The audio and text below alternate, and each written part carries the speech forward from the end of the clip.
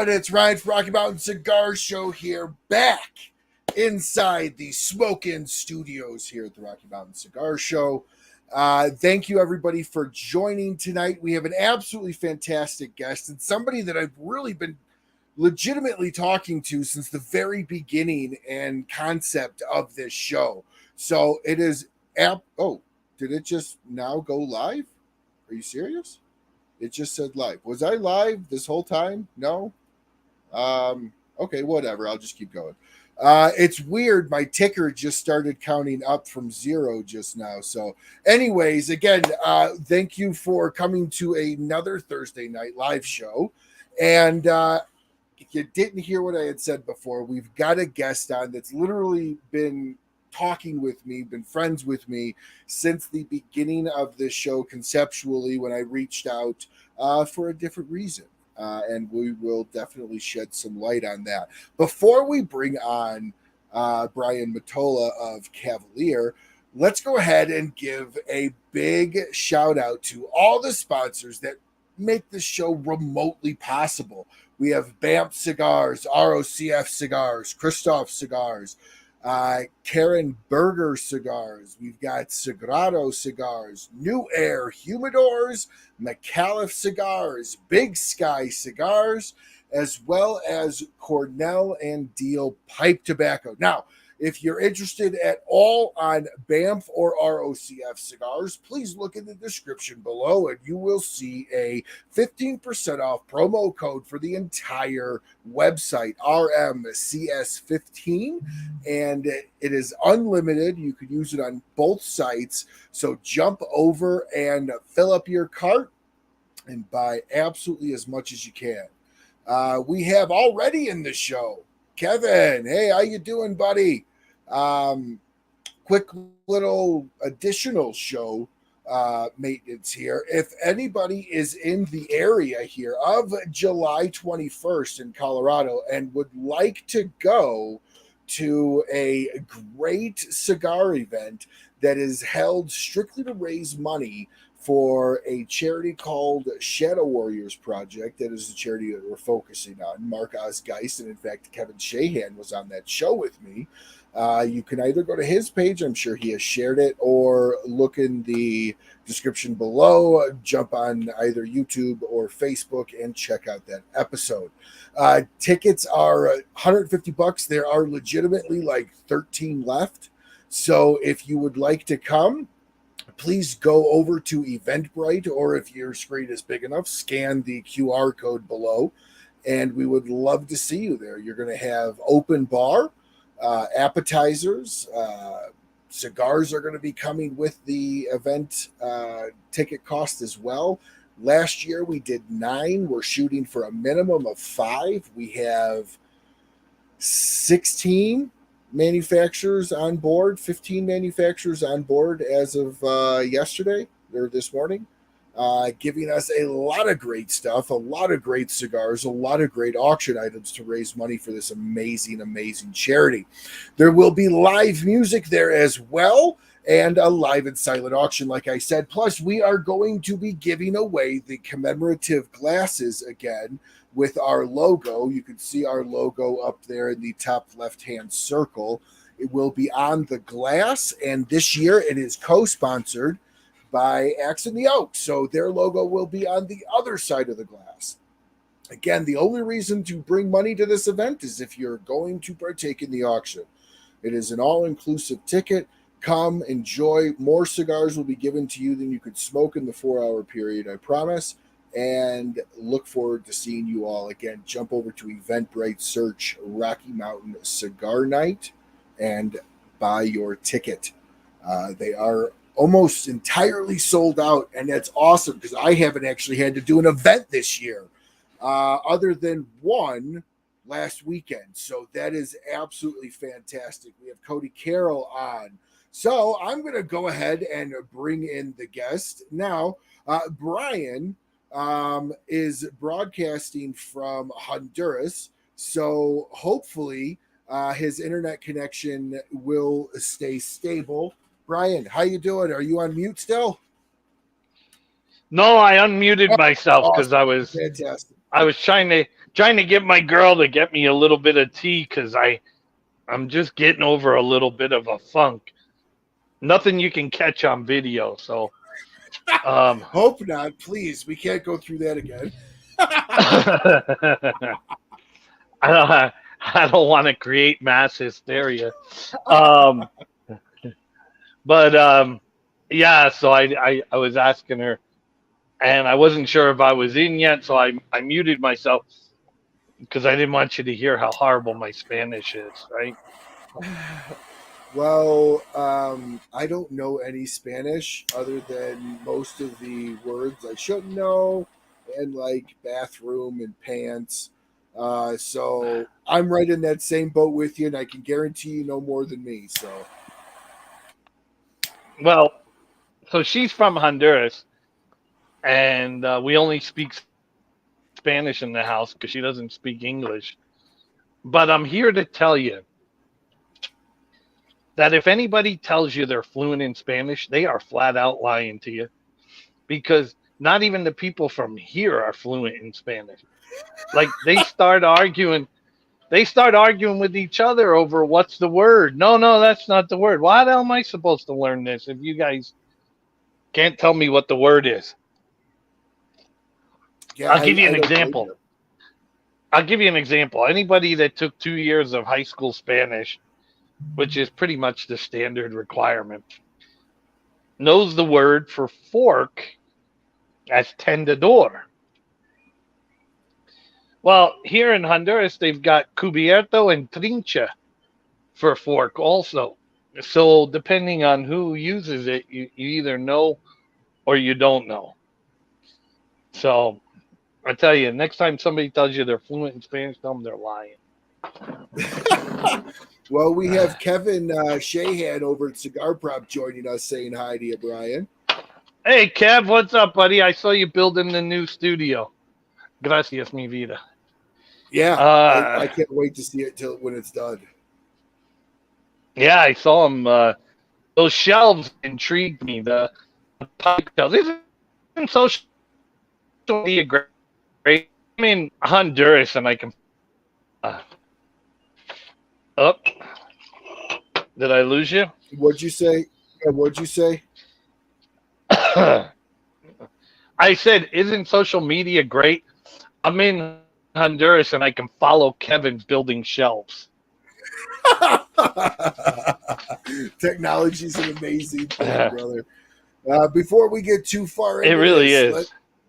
let's go ahead and jump into our "What Are You Smoking Tonight?" Part of the show, sponsored by Dunbarton Tobacco and Trust. Definitely jump over to DunbartonTobaccoandTrust.com, their website. Check out all of Steve's amazing blends, and I promise you, there is a Dunbarton Tobacco and Trust sold very close to where you are. So check your local shops. If not, jump onto smokein.com and you will find everything you would ever want from Steve Saka. What are you smoking tonight, Brian? I'm smoking the inner circle, but I had to do a backup one because, as I told you earlier, I love to take the bands off my cigars before I smoke them.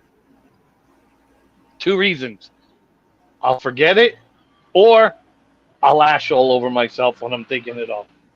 So the inner circle, Fantastic. but And there it is, naked. I am smoking the Prospector.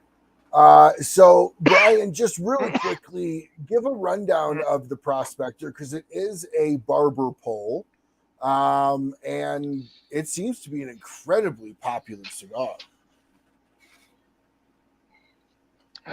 So the Prospector is a true double wrapper. It's the same wrapper leaf, just one is fermented a little bit longer um, to create that contrast in color. some people, some people cheat the barber pole and just run a little bead of tobacco around it. This is a true double wrapper. very hard to roll. We only have a couple of pairs in the factory that can do it, and it's a wrapper leaf from the Jalapa growing region. Awesome. Fantastic. Well, let's kind of dive in here. You know, I want to start back where you and I first ever spoke to each other, which was actually over the phone. And it was at the very beginning of me ever even doing this show. And you, as well as Jared Trudeau, were two brutally honest people as far as what to expect if you're going to be in this industry. And one of the first questions that you asked me was, are you married and do you love your wife? And I said, yes. And you said, then choose a different career. I'm sure we talked earlier. You had said you remembered that conversation. I do. And like I told you, I was just being real with you. You know, I was being honest because everybody thinks like we just drive around the country and smoke cigars, which is what we do. But if you have somebody at home missing you, it really creates a problem because you're never there. Yeah. So, I mean, like I told you earlier, I could have sugarcoated it for you. Well, I appreciate that you didn't. I tell you what, Brian, go ahead and give us. Are you still there? Did we lose Brian? His internet is spotty down there in Honduras. So let's see if we will get him back. I'm sure we will. Oh, Brian? Brian? Yeah, I don't hear him. Brian, if you could hear me, we can't hear you. You're frozen. Oh, there he goes. I'm sure he'll connect back in. So while he is gone, we'll just go ahead and I guess just shoot the shit for a little bit. So anybody watching the show tonight, drop a comment. What are you smoking tonight? And we'll kind of just wait for Brian to jump back on here. I wish. All right. You know, it's always weird when you get stuck like this on a show. I don't know, quite frankly, what to always do when that happens. But there he is. Hey, there's Brian. All right. I'm sorry. I did give you the disclaimer before we got on that I am in a third world country. Don't worry about it at all. I did move inside the house. I'm a stone's throw away from the 10 puppies that we had. Right. I tell you what. Tell everyone that story. I'm going to share the show across various groups on Facebook. So I'm going to be kind of looking at my phone. I'm going to give you the screen here. Tell everybody what that picture was or that video was on your Instagram that I'm sure a lot of people saw. It's actually a video. So we got a puppy that we were told was 4 months old. And so we had her for a couple of weeks, and then I went back to the U.S. And we left her with a friend of mine who has a pit bull. She's a blue-nosed pit bull as well. We left her with a friend of mine who has a pit bull. Well, she goes into the heat, and by the time I got back, she's a couple of weeks pregnant with puppies. And so lo and behold, 10 puppies came into the world, which isn't a problem. We'll make sure they get a good home here in Honduras. But I did share a video on Instagram of one puppy sucking on what he thought was his mother's nipple, but really it was his mother's pecker. So that is oh my god, that is what we were And then, like I told you, I Googled to see if that was normal. And that must have given you maybe some weird search results. oh yes, still to this day, like Google thinks I'm a total freak. So, but lo and behold, it's normal. I read a couple of breeders' blogs. It's the first time I've ever had puppies, so I didn't know. I mean, I didn't really want puppies to begin with, but the vet, I was pissed at the vet. I'm like, you told me she was 4 months old. Well, maybe I was wrong. Well, yeah, I think you were wrong by about 8-9 months. Well, you said she was a big 4-month-old, right? If that's what he said. Yeah. Yeah, but, you know, she was a street dog, so it's uncommon if they have a good food source. Like that, my 3-legged cat that I have here. You know, when he has a good food source, he gets really big. And he's just a street cat that's kind of adopted me. But when he's out of the food chain, I supplement it. But he gets big too, and it's like, okay, well, I get it. So back to the conversation before we broke up about me telling you that if you love your wife, do something else.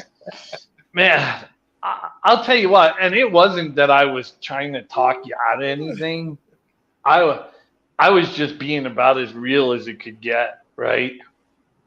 Well, yeah, you got to set the expectations if you're going to hire somebody, right? Yeah, like we need to hire somebody this year, and we started kicking the tires. And when somebody sits down with me and says, well, how much travel is there? Like, you're probably not the right person if you're worried about the travel, right? I mean, we'll get to that later, but I might as well just tell you straight up front, you're never going to be home. You're going to be on the road 42 weeks out of the year. And, you know, yeah. So you got to be honest with people, right? And I think that's what the world lacks today, right?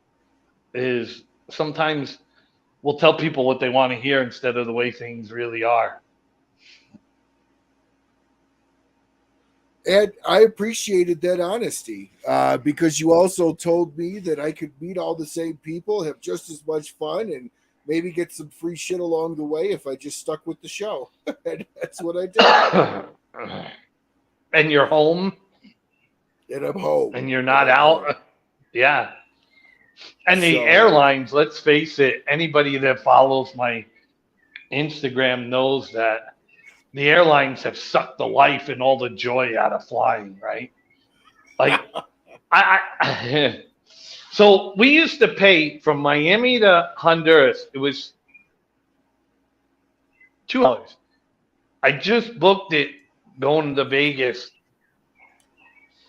And the leg from Honduras to Miami, round trip, was $800. It's a 2.5-hour flight.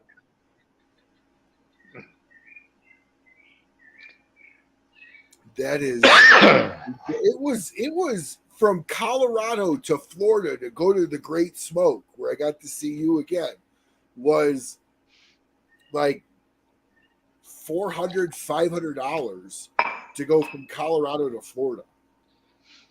Wow. They've just sucked the life out of people. And they're dragging people off planes, losing luggage, but and tell me why can't a plane open like a DeLorean and people just walk out of the seat? Like, that would be come awesome. on, man. We've gotta we got to have this technology, right? Like, it's the year 2023. Come on. Planes have been, since they invented the jet engine and, maybe made it a little bit more fuel efficient or whatever, the airline industry hasn't evolved at all. Well, you talk about evolving the airline industry. The Concorde went the way of the dodo bird, and that was probably the most evolutionary thing to hit the airline industry ever outside of the Wright brothers first flying. And it was 2 hours to go from New York to Paris, or 3 hours or something like that, and done. They're not even reviving that tech. No, tell me about it. We flew to Dortmund last year from Panama, right here, because my girl, she can't connect through the U.S. because she's Honduran. So we had to go to Panama. It was 11 and a half hours from Panama to Frankfurt, Germany. I mean, come on, 2 hours.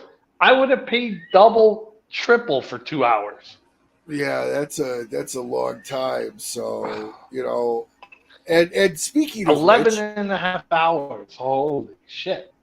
So speaking of all this travel that you're doing, for those of you that do not know, Brian was previously sales director over at Illusione. Illusione distributes Cavalier Cigars still. So Brian obviously No.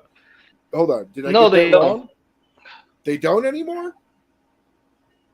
Yeah, they don't. No, we took over our own distribution last year sometime. I must have missed that. Built I apologize. No, that's okay. Our bad for not getting the message out better. We built a warehouse here in Honduras that ships direct to retail shops from Honduras, and UPS had a program. It's called Cigars Direct. People used it in the Dominican. They used it in Nicaragua. Nobody's ever used it here in Honduras. So we were the first ones to do that here in Honduras. And it was a little bit of a challenge at first. I get it. But now everything seems to be working pretty well. Kevin says you got the message out. Yes, I did. Kevin's throwing me under the bus here. Says you got the message out just fine. But I guess everyone but Ryan knew that. Yes, Kevin. Yes. Yeah. Everyone but Ryan. So, Kevin, I'll fall on the sword for anybody. I'll fall on the sword for anybody, Kevin. You know that. No, that's awesome. So what has that challenge been like over the past year? Yeah, no, that's a great question. First of all, shipping, so shipping cigars was one thing. And then we introduced T-shirts. And nobody thought that this would create a disruption, right? The T-shirt. But there's, it's just little nitpicky things along the way that, there's a trade agreement between Central America and the U.S. It's called DR-CAFTA. And it's basically no taxes, no duties, just to kind of stimulate trade. But we got the cigars down, and then we decided to ship T-shirts, and they were like, whoa, T-shirts, what kind of fabric is it made out of? Is it stitched or woven? And I have no idea how to answer these questions. It's a fucking T-shirt. Like, I don't know. Right? So, so it's just, and now we're going to introduce a swag program with some ashtrays and some travel humidors. So now I have to get a hold of the people at UPS and say, okay, what do I need to do? And you know, I'm learning stuff as we go. Like there's a thing called the Lacey Act for T-shirts, and it's I think it's to protect child labor or something. And I get that, right? But these are things you don't think about. To me, it's just a T-shirt. I just want to ship it, right? But you lose track of sometimes, you know, people do things for the wrong reasons. So we're just learning as we go, and it's been fun. There's a lot of companies down here, so UPS could really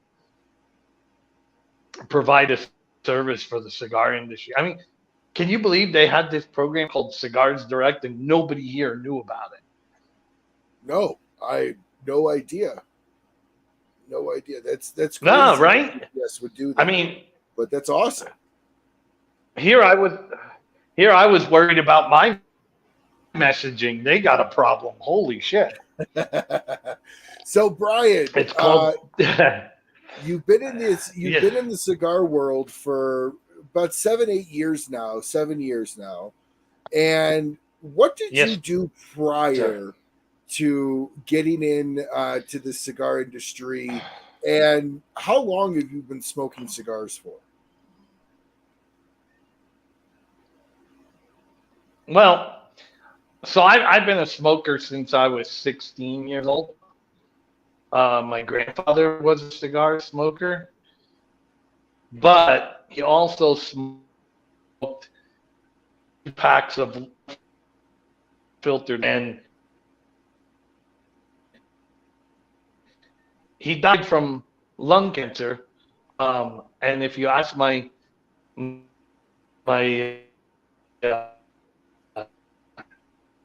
cigars did it, not the cigarette, the 2 packs of filtered Lucky Strike. So he was a smart. I picked it up because he only liked to smoke about that much. Right? Oh, okay. He only liked to smoke that much of the cigar.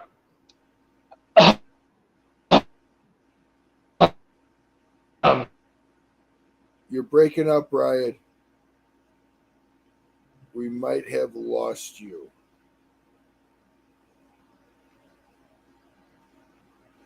I think we lost him. I'm sure we'll get him right back. Sorry, everybody, for his internet, but Brian lives down in Honduras, and it's like 2, 3 a.m. where Sebastian is right now. So just going to have to kind of let Brian's internet catch back up here, and I'm sure he'll jump right back in. So totally my bad on the distribution. Way Kevin to call me out. I appreciate it. Love you, brother. And let's see here if we got Brian back. There we go. I'm back. Okay. You're back. Awesome. Sorry.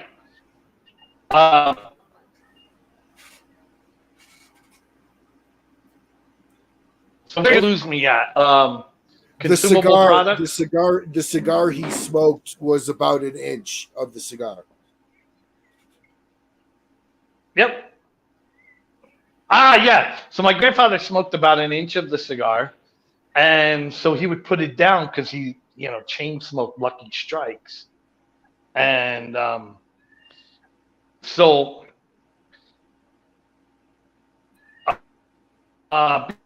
before getting into the cigar in.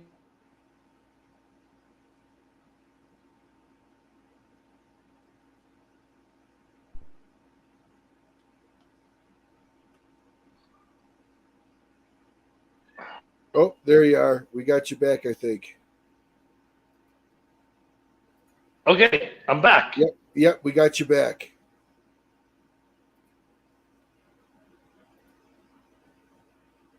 I think so.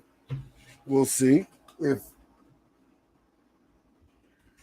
I tell you, Sebastian's got to invest in an internet infrastructure down there for him to be able to have better internet. we'll see. We'll get him. We'll get him on. Hold on. Let's see. We've got two Brians in the program right now. Let's see if we're going to get either Brian. We might not. This might be a short show, guys. We'll find out.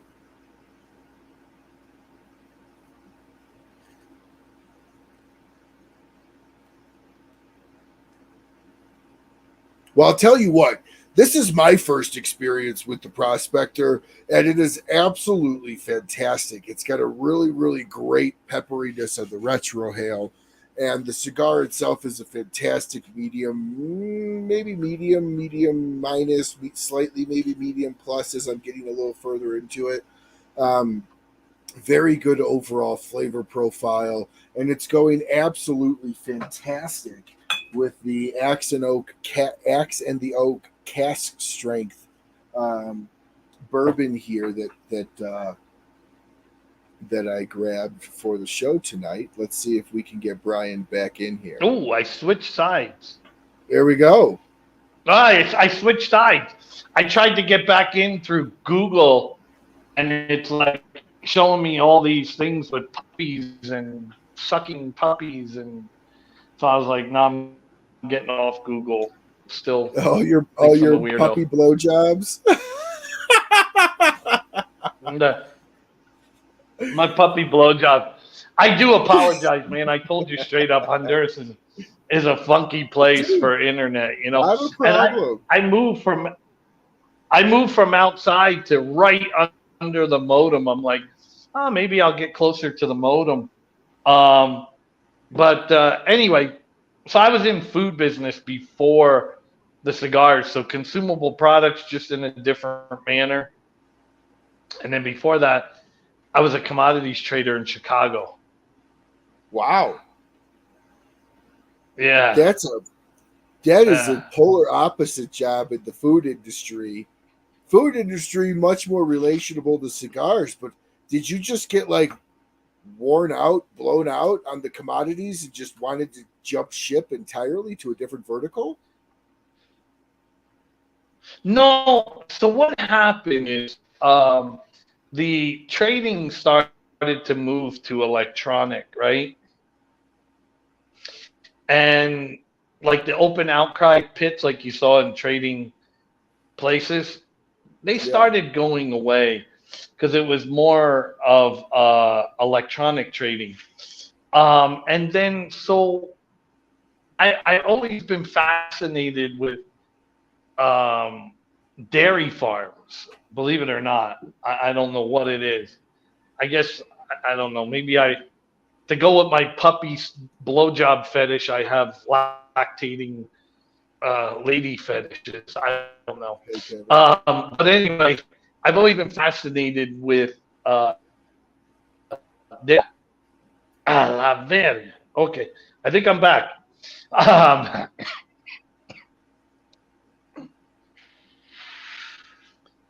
So I started doing trading for the dairy industry, hedging milk production in the futures market.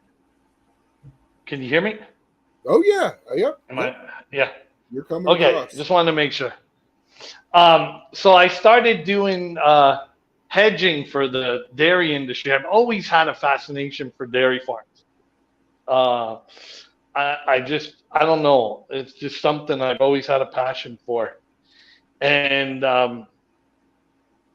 then I just segued into the food industry. And, you know, I mean, consumable products, right? At the end of the day, nobody's going to be able to say, look, that's what Brian sold because everybody ate it or smoked it.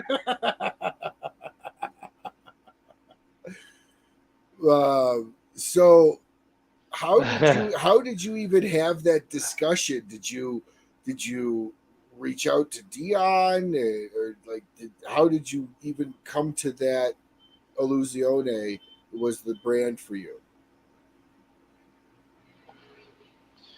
So I you know, like I said, I've been a cigar smoker since I was 16.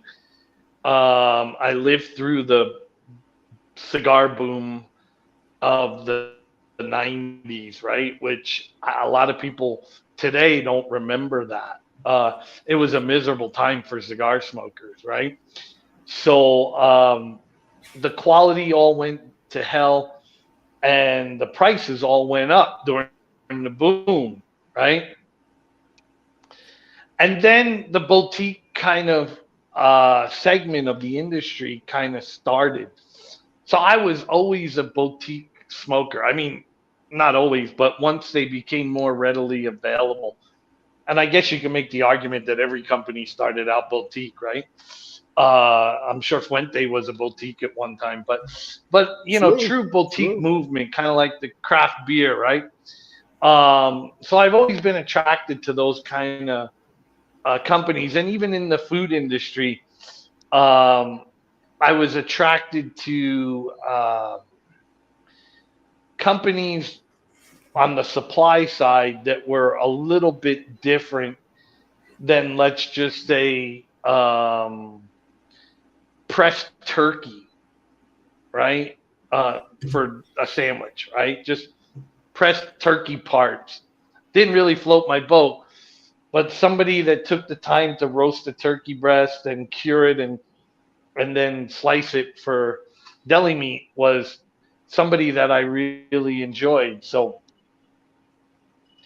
I got sober 31 years ago, and so I owe a lot to the cigar industry, because you take cigars out of the equation, and I don't think I could do day one. I really don't.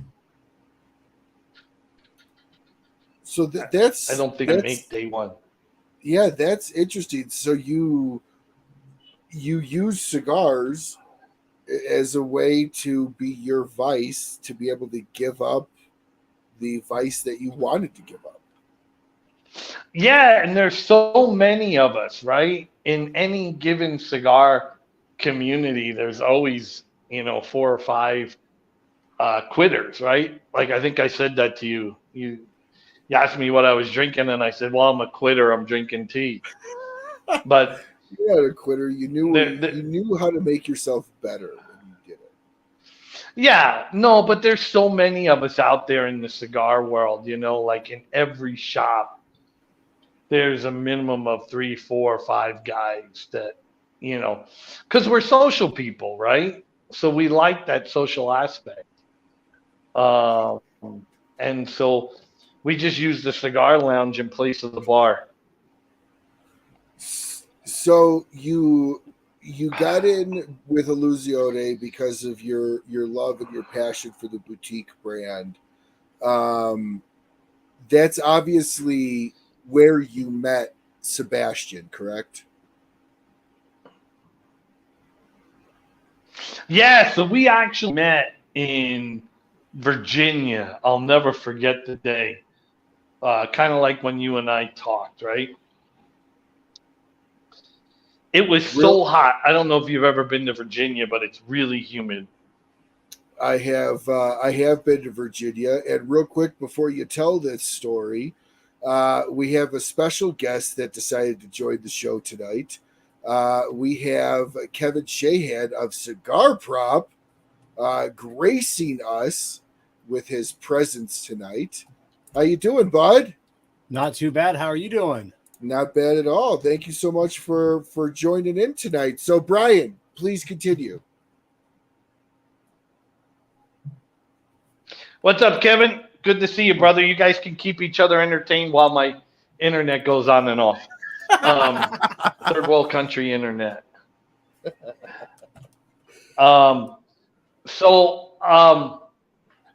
Yeah, you know, I mean,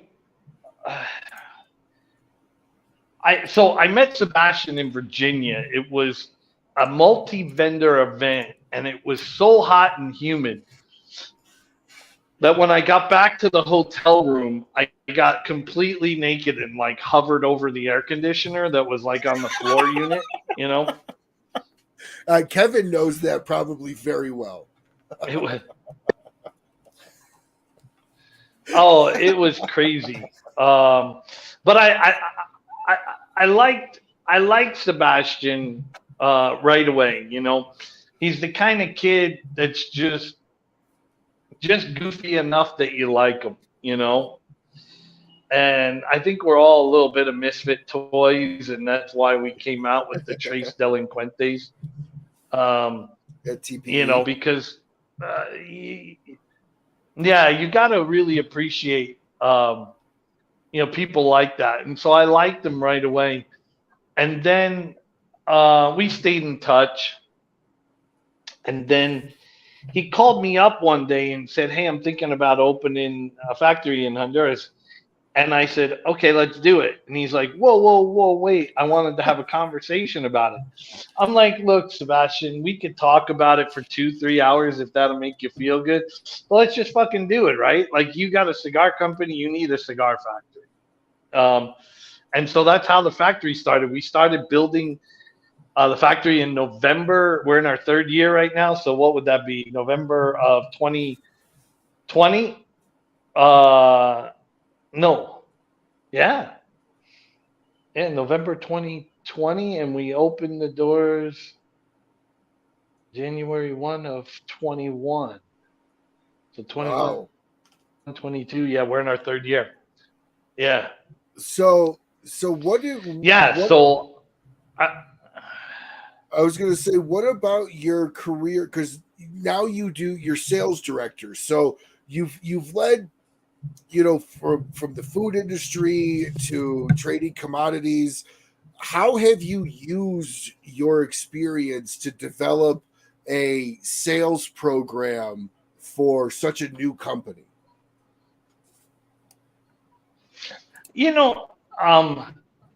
Sales are easy, right?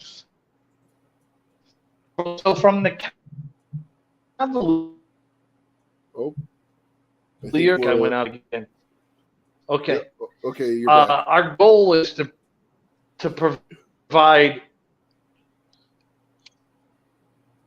Oh, I think we lost him. He needs some of that Starlink. I know, right? Yeah, Starlink down there. Yeah, why wouldn't that's a great point. That is a great. Bring that up. Because he's provide the price. Do that your product mean. Brian, we lost you. He's old and he doesn't know what Starlink is. Sebastian's a grown-ass man and he keeps referring to him as the kid. Let's see if we can get him in. Yed? There you go. Yeah. Just when the wife brought me more tea, she I swear to God, she has like a nuclear reactor in the kitchen. This tea is so fucking hot.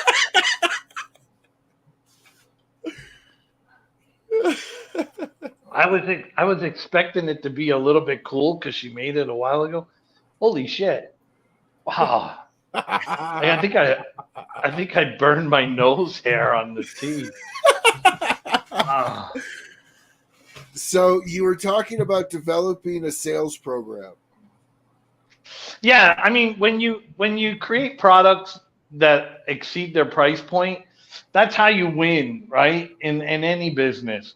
So create products that the quality exceeds the price point, and you can win. You really don't need. Then it comes down to just making the relationships and doing what you say you're gonna do, right? And people buy from people they trust and like. I mean, that'll never change, right? That's true. That'll never change. So, I mean, we don't employ like for example, right now, the market has taken a little bit of a turn, right? It slowed down. It had to, right? It was on fire. I mean, how many cigars did we import last year? 500, 600 million? Yeah, it was a lot. So I think I read something like we were down like 8% or something first quarter. Yeah. Yeah.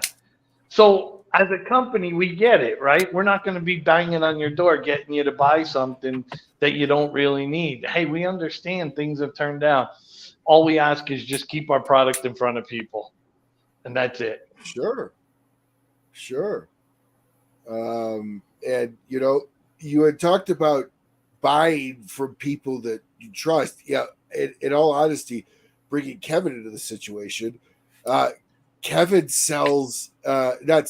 promotes a lot of products that a lot of people buy because they trust Kevin. So Kevin, let's bring you into that question too, because you kind of started Trash Panda. So how has that been getting people's trust to kind of go over to Trash Panda? It's been fairly easy, because people do trust us, because we don't recommend anything that we don't smoke. Jessica is the one that introduced me to Cavalier Cigars, basically because she was in love with Sebastian with his rugged good looks and his beard. So Jessica actually gets me on a lot of these boutique cigars. And then some I like, some I don't like. The ones that I don't like, you're not going to see me smoking them just for money, just for promotions.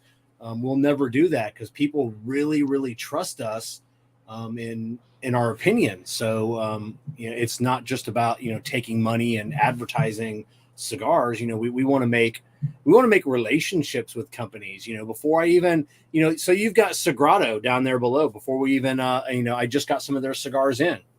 I want to know about the company. I want to know about the history, where they're being made, just before we start smoking them and before I throw a picture out there on Instagram. And, Cavalier has always been, God, from the very first cigar I smoked to the very last one I smoked. They're just super high quality. Yeah. You never have any issues with them. And, yeah. I did have an issue. Yeah, you're a likable guy. I remember the first conversation.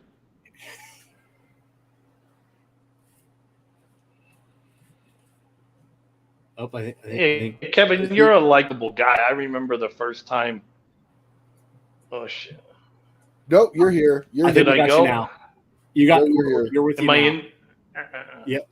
Am I in the Honduran abyss? No, but Kevin,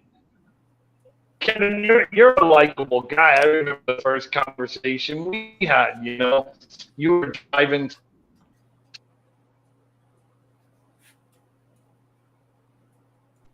We're back. We might have to go part 2 to this. We're back. Hey, you need to get Starlink. Yeah. Well, that's Kevin, it. I tell you what, tell everybody what, because you've been smoking Cavalier for a while, long time. You've been friends with both Brian and Sebastian for a long time now. So what has you coming back to Cavalier over and over? It's one of those cigars that you just know what you're going to get. You're getting into when you smoke the cigar. So we all have those cigars in our humidors that I have them in my humidors. I got a tray of this manufacturer, and you're really wanting a cigar that night, or whatever, and you pull open these trays and you're like, I really want so and so cigar, but I don't know what I'm going to get. Is this going to be another one that burns, wonky, has draw issues, or am I going to get that good cigar? I open up the tray and then Cavalier's in there. I don't even have to think twice. Yeah. You're going to get a good cigar every time, it's a no-brainer just grabbing one. Now, I did have one issue with one Cavalier one time, and it was one of their newest ones. I think it was probably about a year ago. And I smoked it, and the band was up too high, and it was touching my lips, driving me insane. I reached out to Brian. I'm like, hey, I go, I don't know, like, what's going on. Like, the band is way too high on this cigar. And he got back to me in like 10 minutes, and he's like, yeah, I just called the factory. That situation has been rectified. And I'm like, now that's customer service right there. I mean, it wasn't a bitch. I'm just like, hey, for me personally, I don't like the band touching my lips when I smoke it. And it was instant. Let's change that. It's an easy correction. out of everything that you could have a fault with Well, the cigar. Well, it's like, Kevin, I don't think you were here when I said I take the bands off before I start smoking. And part of it is for that reason. I don't like see, where's the camera? I took the bands off of this. Yeah, I take the bands off. I forgot my lighter outside. I feel like I'm on an island right now without fire. Well,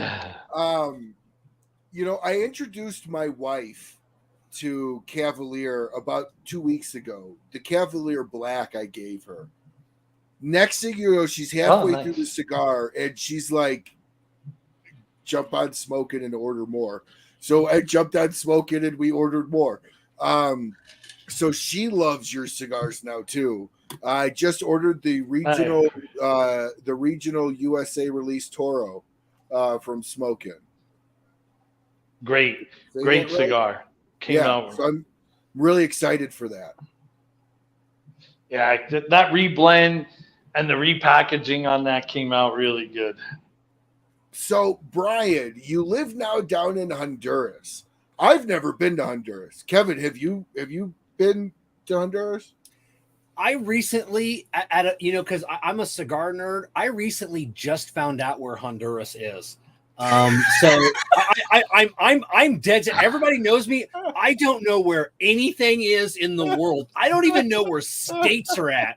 And then I was looking at a map one day, and I looked at Jessica. I go, holy shit, this is where I thought Honduras was like on the other side of California in South America, and I'm like, what? Nah. They're actually this close to Florida? I go, get the fuck out of here with this. And no, I haven't been. So, well, if you guys want to come down, you're more than welcome. Would love to. Absolutely, would love to come down. I'll give you the address. You can send my $800 plane tickets to.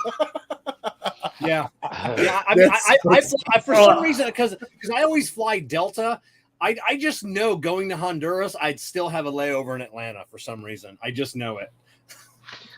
Hey, okay. So I think you'll. Hold the press real quick, Brian. Somebody on here, Megalomouth Radio has never had a Cavalier. Are they available in Ohio? Can they just go on and get a store locator on your website? No, not yet. The website is actually being redone as we speak. So up until about a week ago, you could, but now the website's being revamped. It should be up. But yes, we are in Ohio. If you reach out to me on Instagram via direct messenger, when I get to the office tomorrow, I will let you know where we are in Ohio. I should know that off the top of my head, but I'm a little bit old now, and I don't remember things like I used to. Yeah, I mean, you guys got to be in a couple hundred lounges. There's no way you can remember. We're actually. Go ahead, sorry. We're actually in about 850 stores in 31 countries. Yeah, so yeah, there you go. Oh, he's in Columbus. Go Buckeyes. So yeah. Well, I tell you what, if you can't wait till tomorrow to order your Cavaliers, jump onto smokin.com. They have all of them at unbelievable pricing. A lot of that because of Florida taxes and everything else on cigars. So jump onto smokin.com if you need to order them tonight, and they will be shipped very carefully and graciously to your door. So, Brian, since moving down to Honduras, you were previously in Nevada before getting up with Cavalier. So what has been the biggest culture shock outside of internet, which you guys, Kevin made a good point. You should get Starlink. Go with the Elon Musk Starlink. It's not available until next month. I've been tracking it.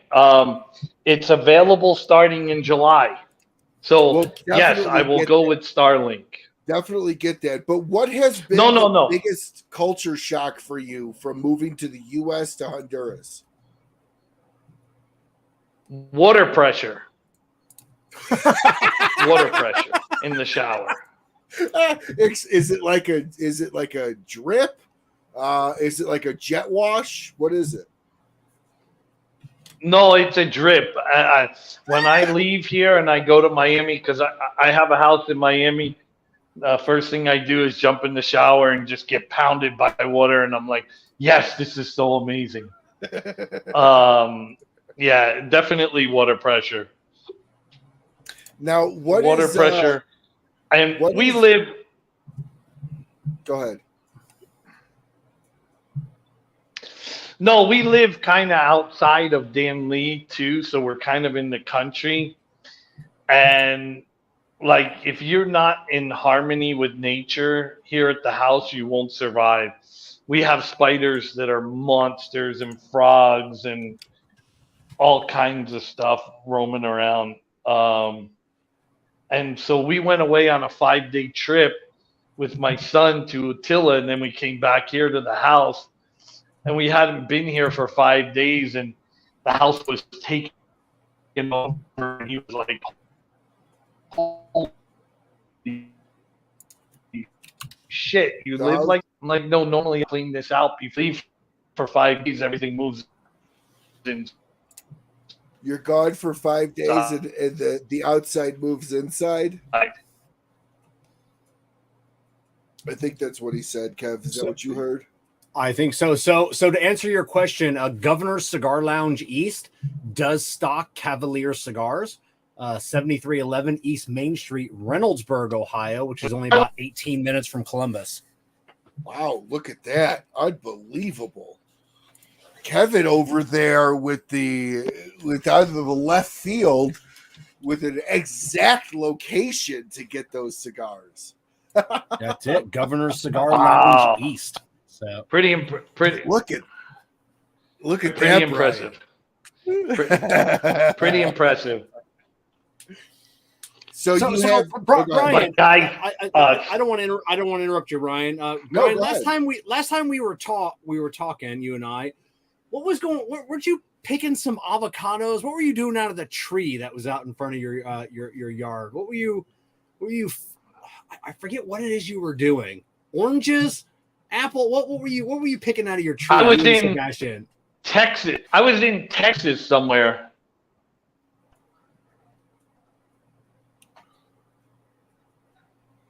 I don't remember. I was in Texas somewhere the last time we. Oh, that's weird.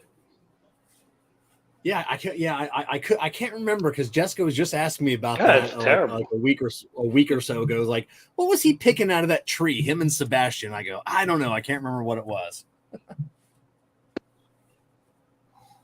Oh, mangoes.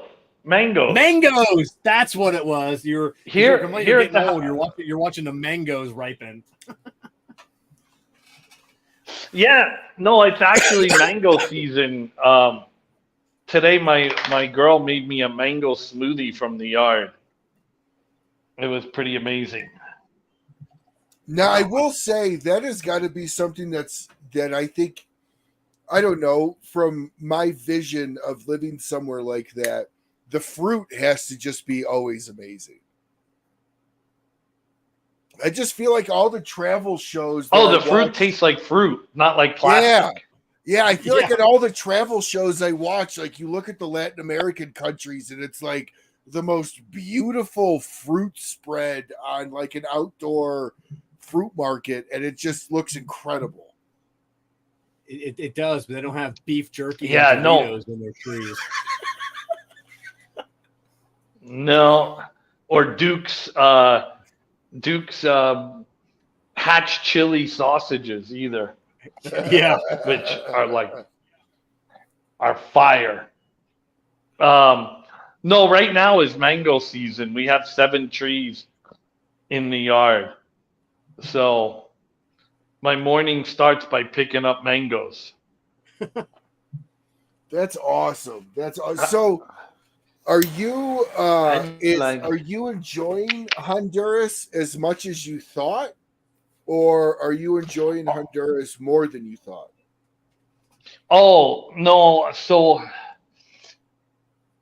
I love it here, right? It's no problem for me to live like this because I took my kids to a Caribbean island one time when they were younger. We lived on a Caribbean island for a couple of years, and then I took them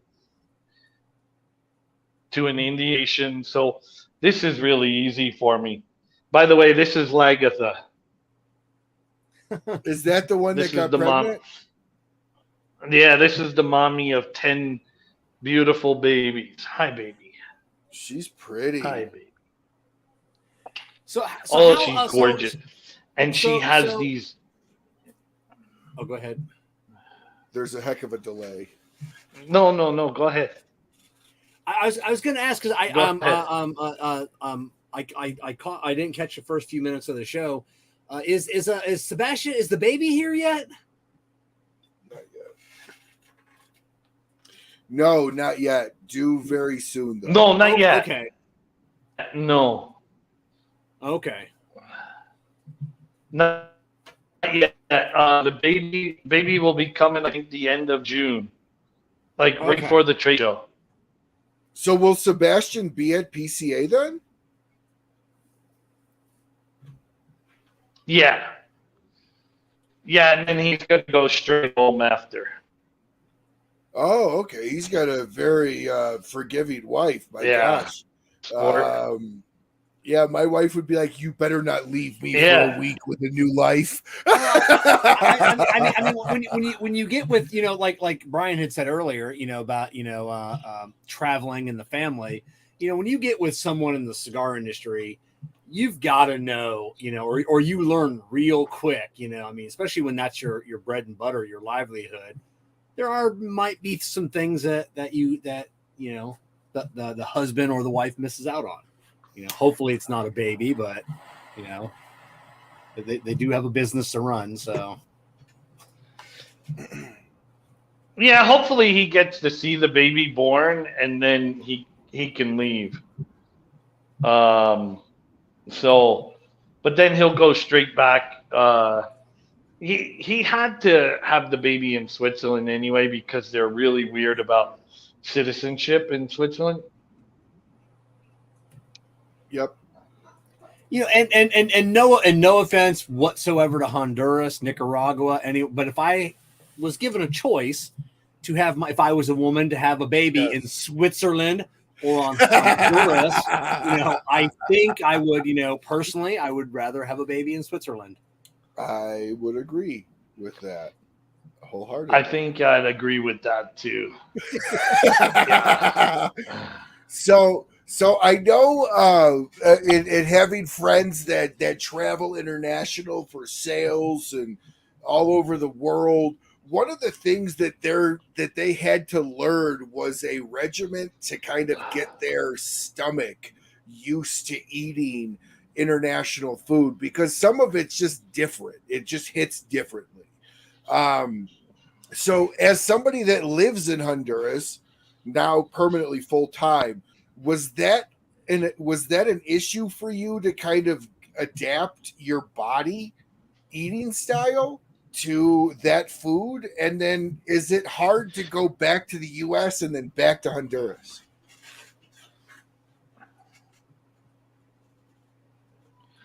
No, you know, I have a stomach like a billy goat. Watch, I'll jinx myself tonight. But I've gotten to the point where I can even brush my teeth with the tap water. Like Okay. I did make a mistake of drinking it one time. Like I completely forgot. I was out of bottled water, forgot where I was. And I was fucked up for about 3 weeks. Oh, Really, that So- long? wow. Oh yeah, it tore me up. I mean, we have a fountain out in the center courtyard of the house that we use as a Honduran jacuzzi, and we fill the fountain up with the water out of the tap, and like in a day it turns green, brown, yellow, all. I mean, it's just you don't want to know what's in the water, you know. But like we wash our dishes with it, you know. Like the tea I'm drinking, she made from bottled water. I hope. Yeah. Now, what about Sebastian? I didn't actually. Yeah. Oh, sorry. So, what about the time difference? Does he stay on Honduran time, or does he switch back and forth? Because I think it would be easier, especially for business, if he just always stayed on Honduran time. Yeah, because it's like 3 a.m. in Switzerland right now. Yeah.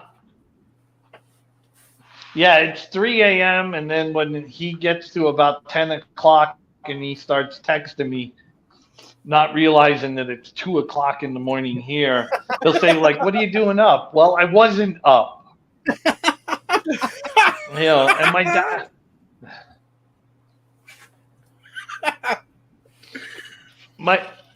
dad. My dad's 90 years old. I have grandkids, so I can't turn my phone off completely. But yeah, when he does that, I'm like, come on, man, give me a break. Like last night, I got 3 hours sleep. Jeez, man. Oof. So, but that's how the Europeans are, though. They go ahead. No, that's how Europeans are. They don't respect the time difference. Like I used to have a distributor in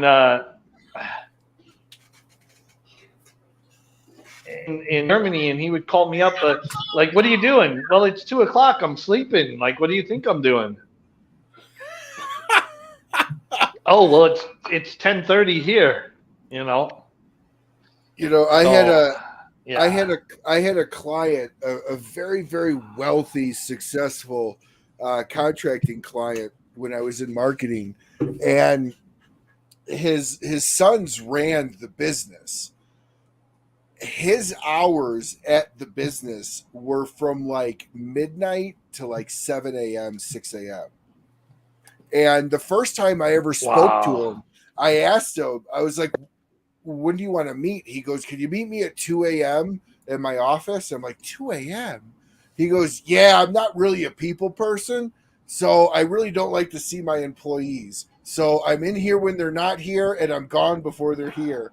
And my sons run the company. And I'm like, are you serious? If I show up at 2 a.m., you're not pulling my leg. He goes, no, I swear I'll be here. I'm like, okay. And so he worked Monday through Wednesday and then spent Thursday through Sunday in the mountains at one of his various houses. And that's how he worked. Wow. So. Wow. Yeah. Doesn't sound like a bad gig if you can do it. Yeah, he was an odd guy, but very successful at what he did. But he was a trader. So the reason why he kept those hours is he was a part-time trader, so he kept Chinese market hours. Gotcha. For the trading. That makes sense. So that's where he developed that. Yeah, that makes sense. So, but so how often do you come back to the States? Are you doing shows and events in the States? Like, how does all that work and coordinate with you and Sebastian being literally opposite ends of the world?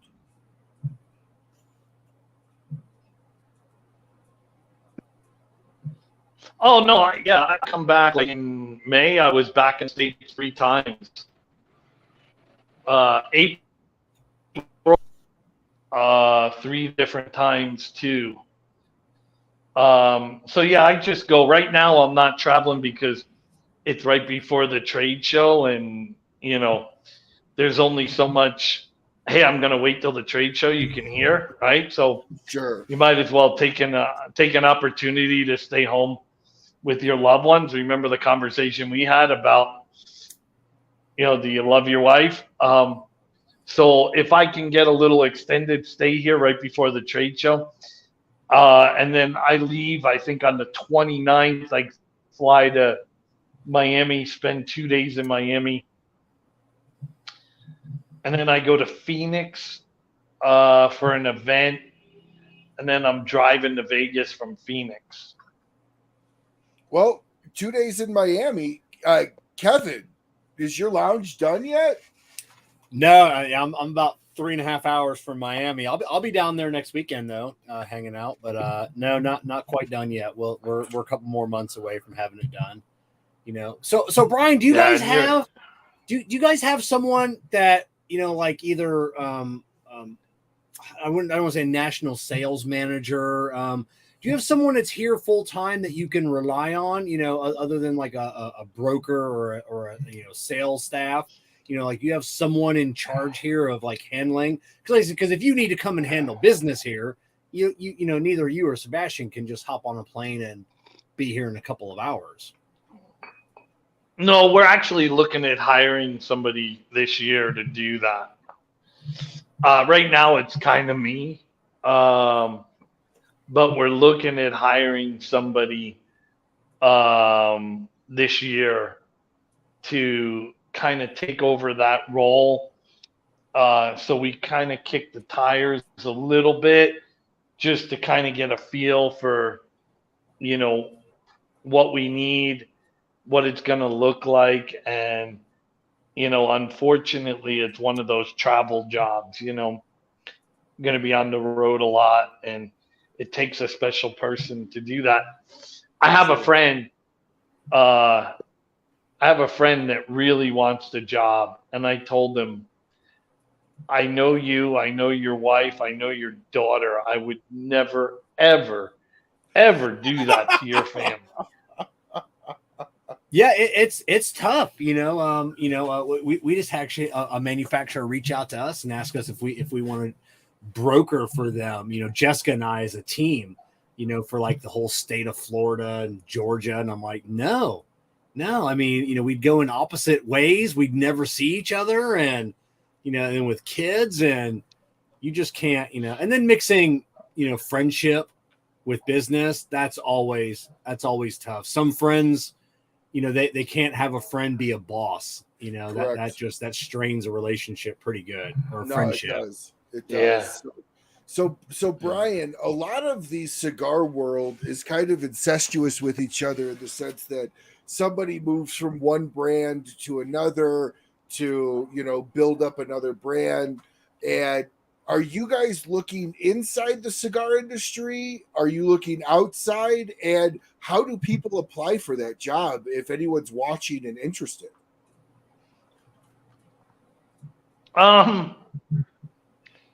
So we haven't officially taken the decision as to when we're going to do it. We're looking both inside and outside.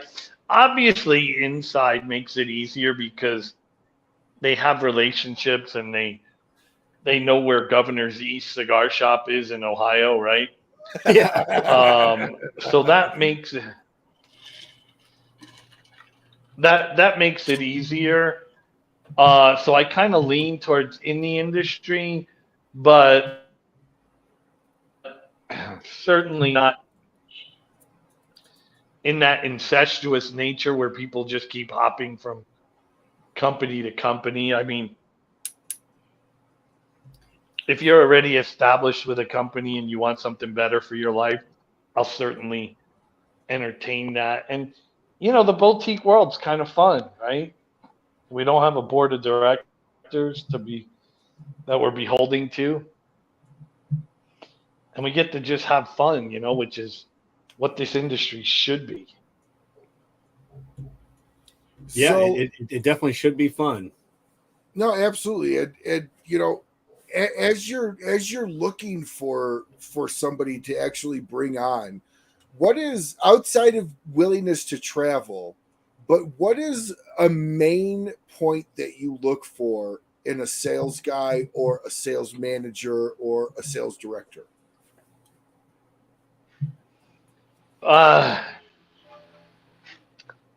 Do you know how to talk to people, right? So a sales leader, in my opinion, doesn't need to know how to sell. They need to know how to talk to people, and are you respectful of people, or do you put business in front of everything else, right? There's some, like, for example, I don't know if you all know Tim Wong, right? Yeah. Do you all know Timmy Wong? Yeah. So Tim Wong online, lost his leg. Yeah. Okay, so Timmy's a sales rep. He lost his leg. Yeah, sales were down last year, right? But do you let the guy go because he had a tragedy? Or do you figure out a way that downturn? And that's really what I look for, is do you put people first before business? Now, it doesn't mean that you have a blatant disregard for business, but do you put people first? And do you know how to talk to people or with them? It's probably a better way to phrase it, rather than at them or down to them. Mm-hmm. So it's for me, it's really simple. You got to be able to take being said no to, a lot, and then persevere and overcome. It's like how do you turn that no into a yes? Mm-hmm. Absolutely. And Brian, to Kevin's point, that's why really hot girls. Yeah. What were you saying about hot girls? That's why really hot girls make really bad salespeople, because they never hear the word no. Right? Like, that's a very they just don't point. hear the word no. And in fact, one of my try. Go ahead. Sorry. No, try looking like me and try to go into a bar and get a date, Or me. I still can't believe what I landed in life. You look at Jessica. She started her new job as manager of Corona Cigar. And she's killing it over there. Nobody ever says no. Whatever she wants, whatever she's suggesting, that's what they're smoking that night. One of my mentors in sales always told me that sales doesn't start until you hear no. Yeah. That's when you start selling. Correct. So you made a very valid point. Correct. Those salespeople. And I'm the kind of guy. No. Go ahead. They struggle. Yeah. Like, I'm the kind of guy that you say to me, not in a million years, and I'm like, yes, I'll come talk to you in 1,000,001 years. Like, there's still a chance. So you're saying there's a chance. So, Brian, with that said, share with us a struggle of yours when you kind of took over the sales side for Cavalier. Was there a shop that was like saying no to you guys that you sold? Tell us a story about how you overcame the no. I love stories like that. Yeah, and it's real simple, and I won't name any names, but it's persistence, right? So when you go into a shop and they tell you no, they want to see if you're going to come back. A lot of times it's a test, right? Am I ever going to see this guy? Because let's face it, if the three of us went out to sell cigars to a store, nobody's sitting in the store going, well, God, I hope those three guys come by today and try to sell me some cigars, right? That's true. So a lot of times the first no you get is to see if you're ever going to come back. So it's actually a shop in Florida, Kevin. So I met this guy, and he told me, not in a fucking million years will I ever buy from you. and just went back to doing what he was doing. And I said, hey, tell you what, I'll be here next week. Now, I was living in Reno at the time. I said, I'll tell you what, I'll be here next week, same time. And so I got on a plane, and he was like, hey, I didn't think I was going to see you again. And so we sat, we had a little bit more of a conversation. And I said, look, man, you know, you can tell me to fuck off. I'm going to come back again and again and again. There's no quitting.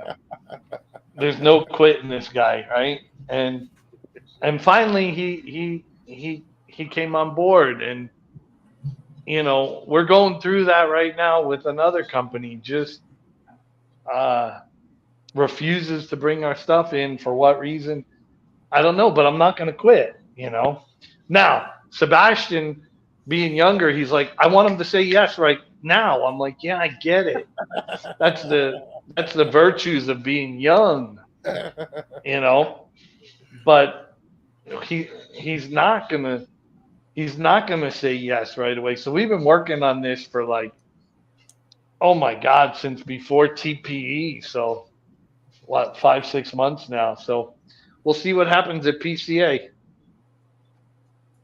So when you guys think, go ahead, sorry. I think to sum it up, it's just that, is this person going to show up again, even though I told them no, right? And they're not rejecting the person. They're rejecting the thought of change, right? I don't know if you guys work in retail or not, but to say yes, now all of a sudden I got to enter all this shit into my POS, right? Well, that, you know, and then a lot of these brick and mortars, you know, yeah, you know, I can bring Cavalier in, but now I got to decide who I'm not going to carry anymore, because like there's only a finite amount of space on the shelves. There's only a finite amount of money. So some are like, okay, you know, I've heard good things about Cavalier. Now I got to go through my inventory and see, okay, is there someone not performing?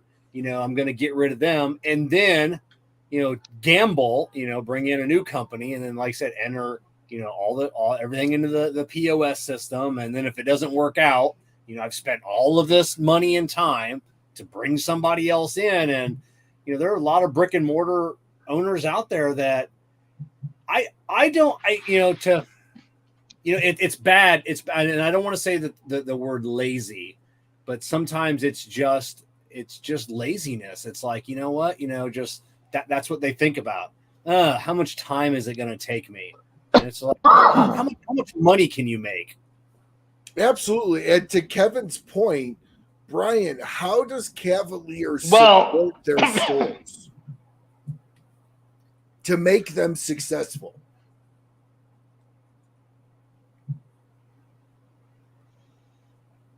Well, so we have some of the best brokers in the game right now. Like, literally, I talk to Sebastian all the time. We have nowhere to go. What we have are the best of the best.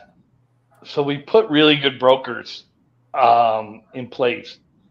And then Sebastian and I realize our one job, aside from making great cigars, that goes without saying, our one job is to create demand for our product. And we do that through our social media channels, being on shows like this. Look, we supported a shop in Columbus, Ohio tonight. That's pretty amazing. So do you guys is there any near future where you guys build a full in-house non-broker using sales team? No, and I've told that to my brokers, many a time, and they all look at you like you're full of shit because every company says that. Yeah. But for me, the group I've had going on 7 years now. Do I really want to break up with people that I know for 7 years and I know what to expect from them and I know that I can sleep at night knowing they represent our brand in the manner in which I would like it to be represented? There's value to that. Mm-hmm. Like, we just made a rep change a while back, and the guy who we replaced came up to me at the TPE and said, "Hey, I respect you because since you let me go, you have had nothing but great things to say about me." And when I made the change, I explained to him, because right away everybody wants to know, like, what did I do, right? It's not something you did. It's just with this guy representing our brand, I'll sleep a lot better at night. And that's nothing against the other person. It's just those are the people that I have faith and confidence in. And that is, look, true leadership is finding great people to put around you. And I have great people right now. I mean, Nick Goss, I don't know if you all know Nick Goss. If you don't, you need to get to know this guy. He's a broker in New Hampshire, Massachusetts, then New England states. Doesn't have an Instagram, but he has a Facebook. And he's an amazing guy. Why would I go and look for somebody else when I have the best of the best right there? And so the answer to your question, I don't think I'll ever go that route. Well, so a fair rebuttal to that, and Kevin, correct me if you think this isn't a fair rebuttal. A broker represents a handful of brands. How are you always going to be able to make sure that they represent your brand to the fullest that they can over another brand? So that's a great question, right? So with salespeople, you fight for market share. Mm-hmm. With brokers, you fight for mind share. So are you easy to do business with? Do they have the tools to be able to do their job? You wouldn't believe some of the horror stories you hear about samples. People don't want to send their reps samples because they're afraid they're selling them out of their car. Well, my rebuttal to that is you have the wrong broker if you feel that way, right? Mm-hmm. So the way you do that is you fight for mind share. You clear the road in front of them and make it easy to do business rather than be a roadblock. There's nothing worse than being a salesperson and having your sales manager say to you, "Your sales are down." Well, you don't think I know how to read a fucking spreadsheet? Help me create a plan. Help me create a plan that'll get me out of this funk that I'm in. So for me, that's how I work with my brokers. And unfortunately, not a lot of companies do that. And the one benefit that I see, I got a lot of friends that are brokers. These guys start the week.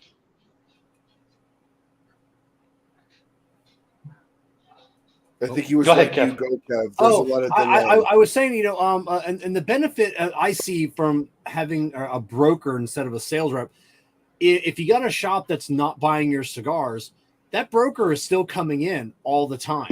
It's like, hey, we don't like Cavalier. We don't like Brian. 100%. We don't like the way he looks, but that broker is still coming in every single week, every single month, still inside that shop. And eventually, you might have that chance to be like, hey, I know you said you don't want to carry Cavalier. They just came out with this new cigar. Try this new one, and then maybe it's like, oh, hey, this is a really good cigar, versus a salesman, saleswoman. You're like, I don't want Cavalier. Don't come back here. Okay, I won't come back here. That broker's coming back every single week because he's got other brands, and that's always a chance to get your cigar in there. So I believe in the broker model. Right. And the other side of it too is the incentivification of it. I know as I'm licensed in life and health insurance, and when I was a broker, every independent broker, don't believe any of the commercials when you say there's no opinion on who they want. No, there is.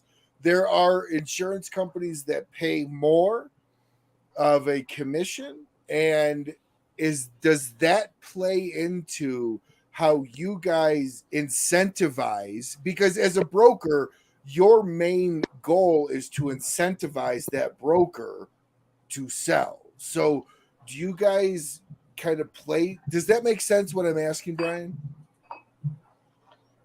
Oh, 100%. 100%. So in my previous life, I worked for a food distributor that did $54 billion in sales annually.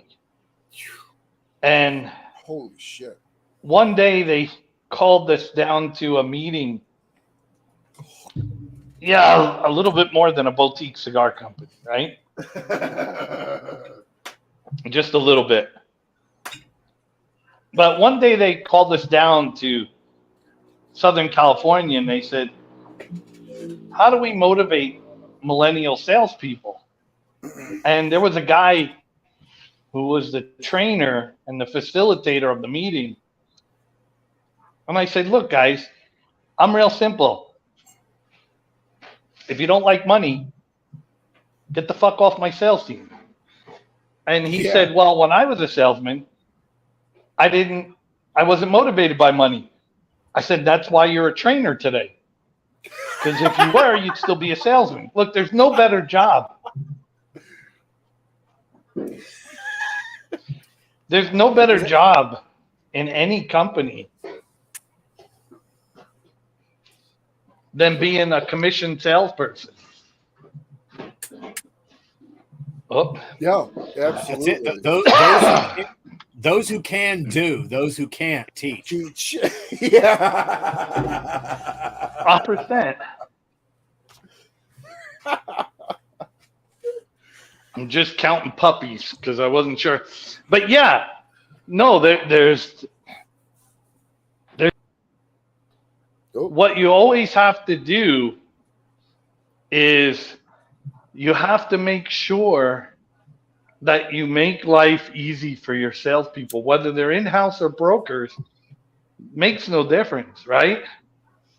I mean, these guys start the week with $0 on their paycheck. You have to respect that. Yeah. Yeah, you do. There, a lot of them are 1099. You have to respect that. And if you don't, like I said, mind share, right? They're real easy to shift you to the back of their mind. And, they know who cares about them and who is just milking them until it's time to go to the next level. And that's the problem. Yeah. Companies will tell you, in order to move your company past a certain point, you have to go to in-house salespeople. Well, how do we know this? Nobody's done it. because everybody's made that transition. We have no data showing this. It's also a lot more expense on the company because right now you have a broker. You don't have to pay for their insurance. You don't have to pay their taxes. They're 1099. Like it is. Most people don't understand this, but a salary is about half of what a company pays for you. Yeah. Oh, 100%. You know, and most people don't understand. Hey, I get $65,000 a year, but you cost about $100,000 to $120,000 a year for that company to hire you. And you know, most people don't get that. So having the broker model, it definitely has its pros and cons, for sure. And when you came on to Cavalier, what was a disagreement that you and Sebastian had to kind of overcome during your first few months? Well, we had to make some broker changes. And Sebastian's such a nice guy. He's got that hippie Swiss look to him. Well, he's neutral. He's really gentle. First time they're not, though. They sided in the Ukraine war. It's the first time Switzerland broke their neutrality. That is very true. That is very true. But so anyway, so he doesn't like conflict, right? So we had to make some changes and bring some people. And he's like, I want you to do it. And I'm like, look, man, I've hired and fired people my whole life. Hire slow, fire fast has always been my motto. I said, so you're going to have to do it. And I walked them through how to do it. This is nothing personal. We're just going in a different direction. And that direction doesn't include you. And then just shut up.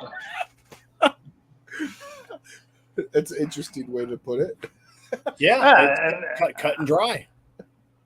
And then just shut up and listen. And they're going to tell you all sorts of things about your mom, your grandmother, and your wife, and all kinds of nasty stuff.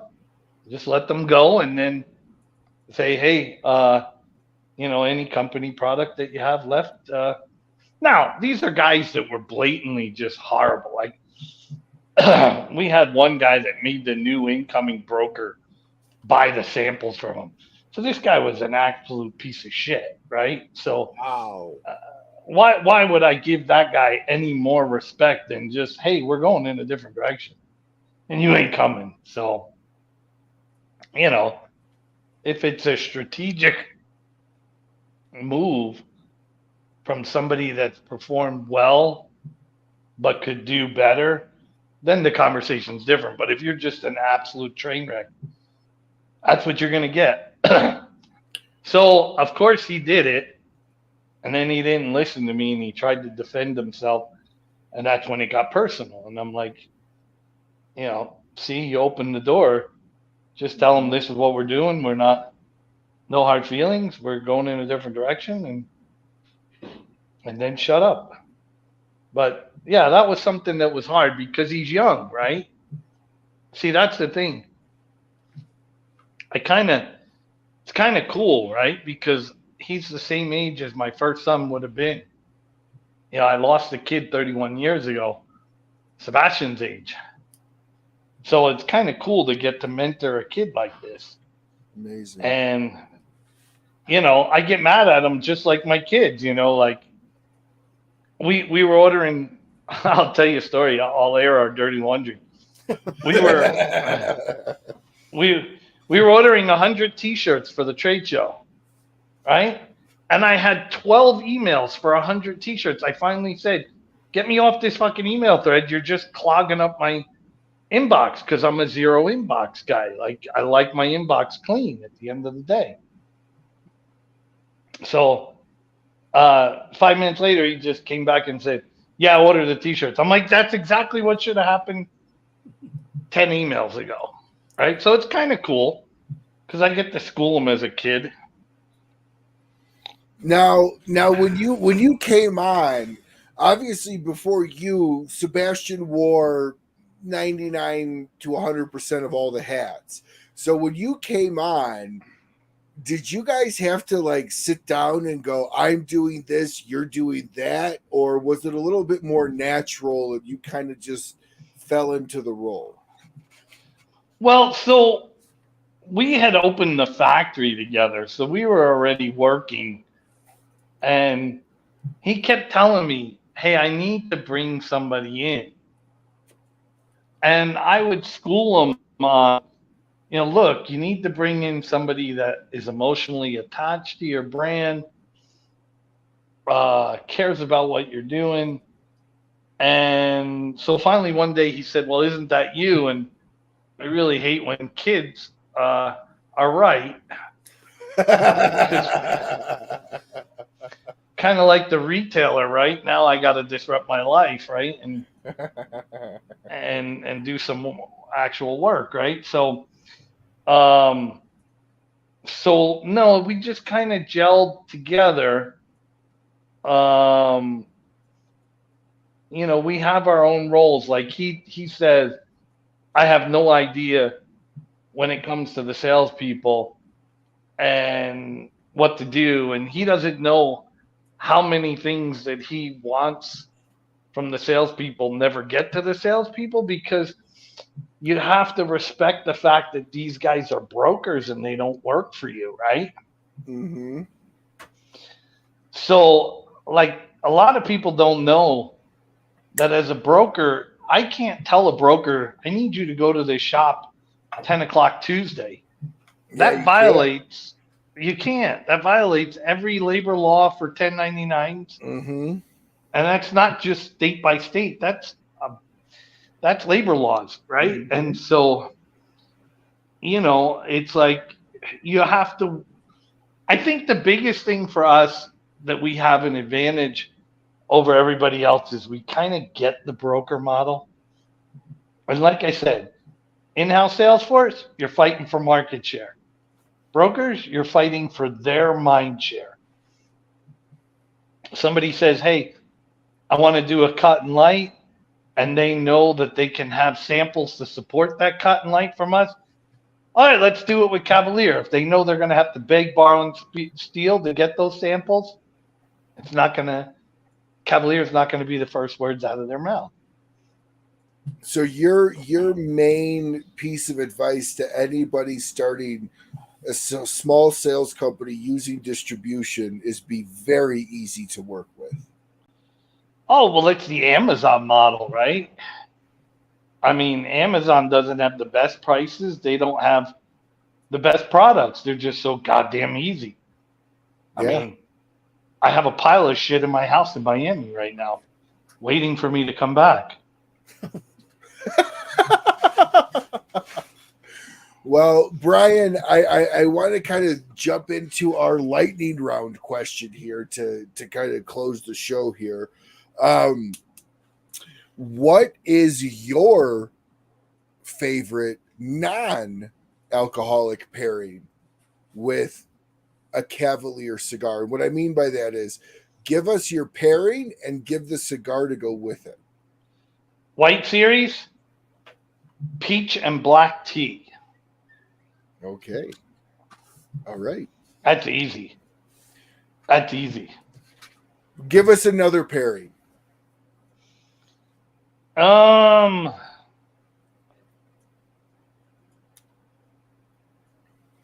That's my favorite, so that's what I do the most of. Fair enough.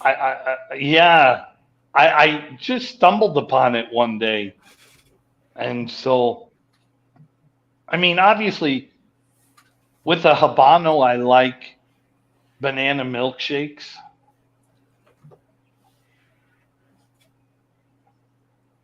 Interesting. Banana milkshakes. I love banana milkshakes, but I would never have guessed they went with a cigar, especially a Habano.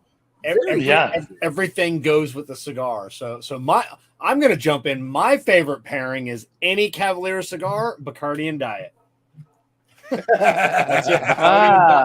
Bacardi and Diet goes with every Cavalier. Well, when I was a drinker, it would have been dark rum, root beer, and a scoop of vanilla ice cream. Oh, that sounds delicious. Ooh, adult root beer float. Very nice. Very nice. When you're tasting 8, 10 plus cigars a day, how do you keep your palate clean? Yeah, you don't. Anybody that tells you you do, they're lying to you. Well, let me ask it to you like this. Do you smoke the entire cigar? Or I've often heard that people smoke a little bit of it and then try another one. Absolutely. If you try to smoke, like when we have clients down here,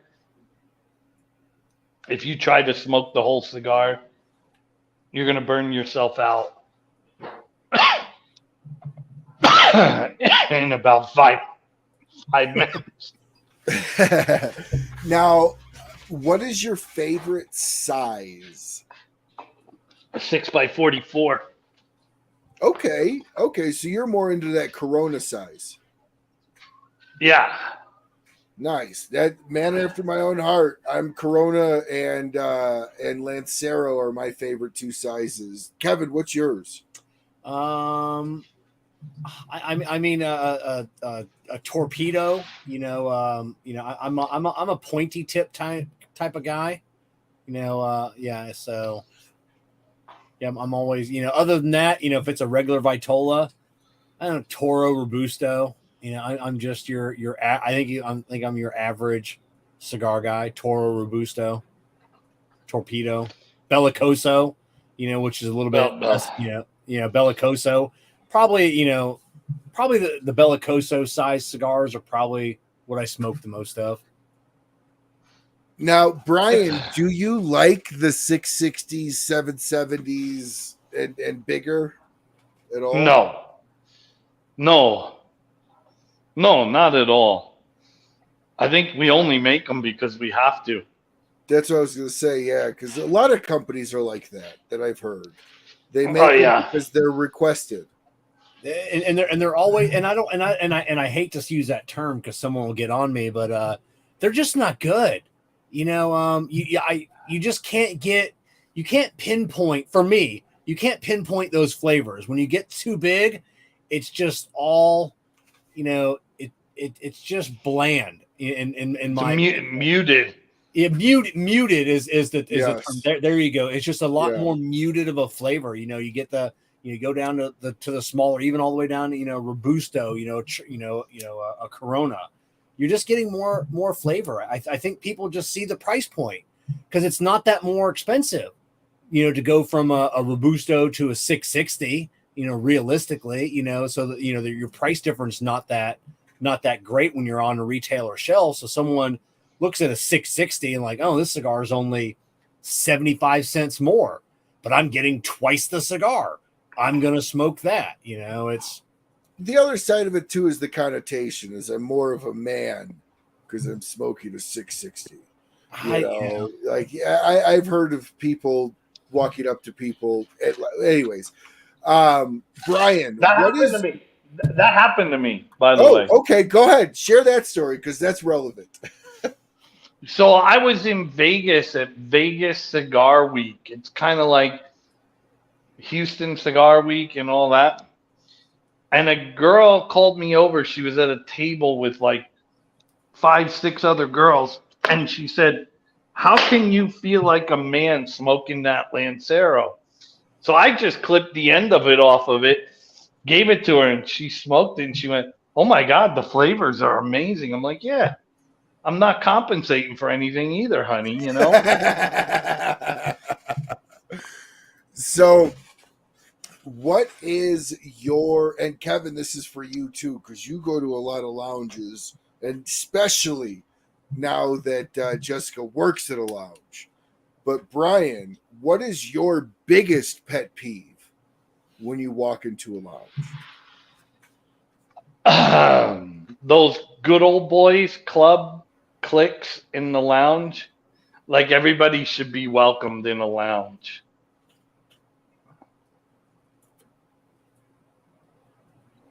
So you have a problem with the you're not new around feeling here. invited. 100%. And women felt that for the longest time in cigar lounges, and it's now changed. It has. Right? People used to say for years that the cigar industry, that women need to embrace the cigar industry, and it was actually the other way around. Yeah. The cigar industry needed to embrace women. Which is crazy to me because you look at a lot of the factories, it's majority women. So yeah, well, because they pay attention more to detail. very much. My wife would attest to that 100%. And I know Jessica probably would too. Yeah. So Kevin, what is your biggest pet peeve when you go into a lounge? So I have two pet peeves. One is being ignored when you first walk in. So we've got a couple of local lounges here that a couple of us, I don't hang out as much as I used to, but one thing that we always, and it was kind of like an unwritten rule, or a written, unwritten rule between everybody in the lounge. As soon as somebody walks in the door, even if we're all mid conversation, everybody stops, whether it's 2 guys, 6 guys. And as the patrons, we always greet that person at the door. Hey, how's it going? You know, we want to make sure that they feel welcome, because you walk into a lounge and you got a group of guys, you know, or guys and gals, it can be intimidating. You know, they'll go out into the humidor, you know, grab their cigar. And one thing that we do when they come out is we'll flag them over, you know, like, hey, come sit with us. You know, we'll, you know, like, hey, this is, you know, what we're talking about. Or we make sure that they're feeling welcome, because that's, you know, that keeps the brick and mortar open. That, you know, that's a new customer that could be coming back, and a new friend that you get to make. Sure. So just being ignored by not only the shop owner, but just, you know, feeling that click that Brian was talking about, you know, that some lounges have. And my other pet peeve is the hoverers. You know, people that follow you around, you know, oh, hey, you know, what can I do for you? And they'll be like, no, you know, I'm just browsing around, you know, I'm just, you know, I don't know what I want to smoke. And then, you know, they'll just stay, you know, just off to the side.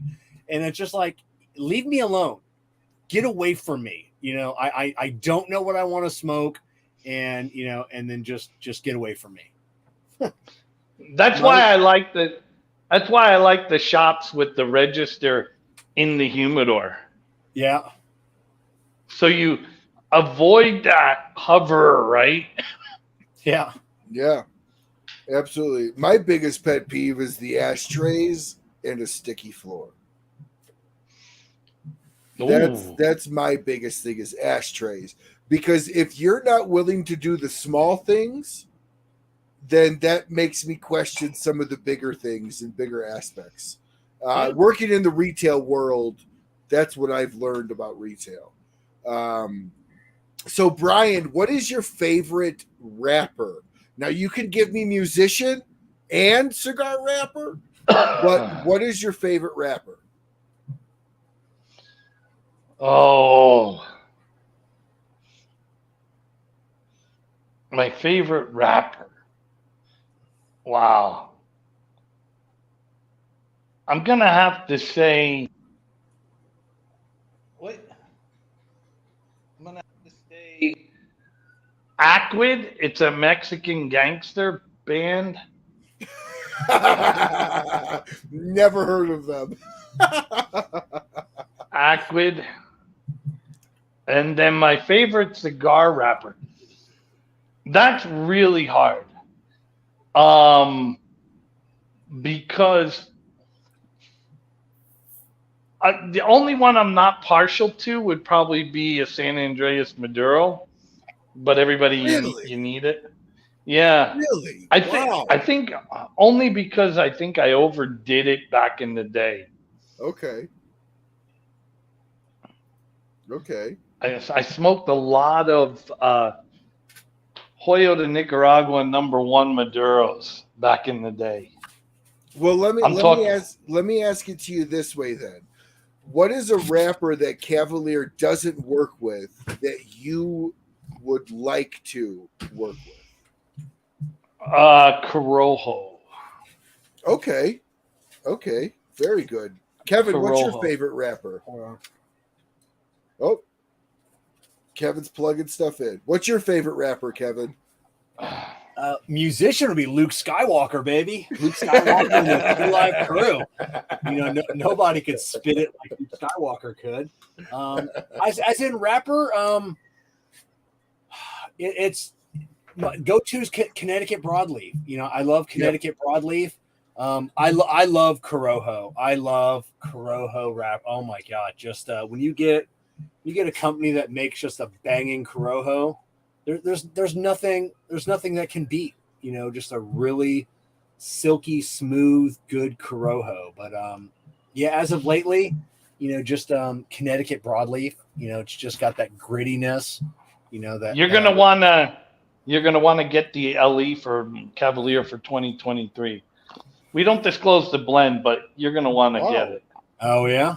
Okay, so did we just get like a world exclusive right now?